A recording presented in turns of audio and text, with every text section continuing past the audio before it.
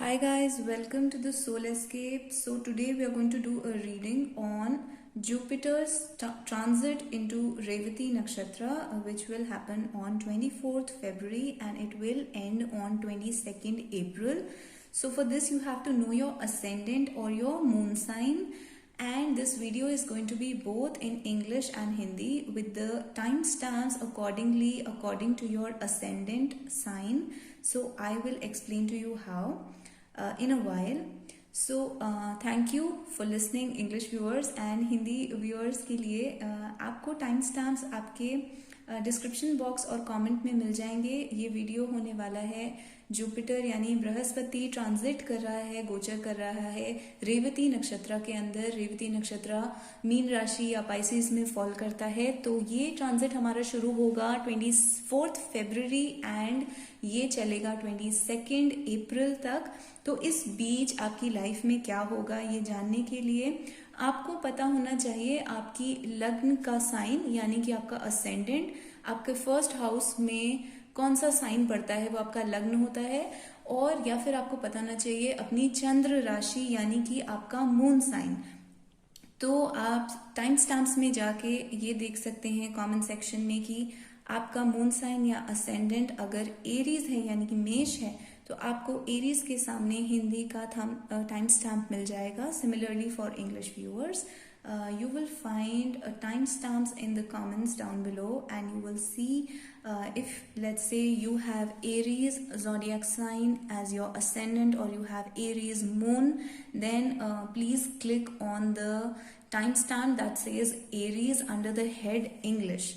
So let's begin with Aries first. Aries, what will this transit of Jupiter into Revati Nakshatra bring into your life? So Revati Nakshatra falls in Pisces, and this is a very soft nakshatra. So if your ascendant is Aries or if your moon falls in Aries, okay, a card wants to fall out. If your moon falls in Aries, so we are going to find out for you what will this transit bring for you. So Aries, a card has fallen out. It's the King of Pentacles. Aries, financially you're going to do very well. 5 of Swords and the 5 of Cups. Okay, so there is going to be financial abundance, no doubt. There are no problems with the finances. So money is going to come in. However, this money is going to bring a lot of problems for you. Let's find out what kind of problems will it be. But you will be stressed out, anxious, or also you might feel cheated, betrayed by people around you, by your clients, your co-workers, by your bosses, superiors. Some people at work could be backstabbing, bitching about you, that negative toxic things can happen around you a little bit, and it's coming from a place of jealousy because you are going to do very well financially in this transit. So basically you will be disappointed overall because it's like your enemies will be revealed to you. You will feel like you trusted certain people with money, you trusted certain people with work, career, and you trusted certain people to be honest and fair with you, but that did not happen, and that is going to bring you disappointment. So this is what I have for Aries. अब आ जाते हैं मेष राशि हिंदी.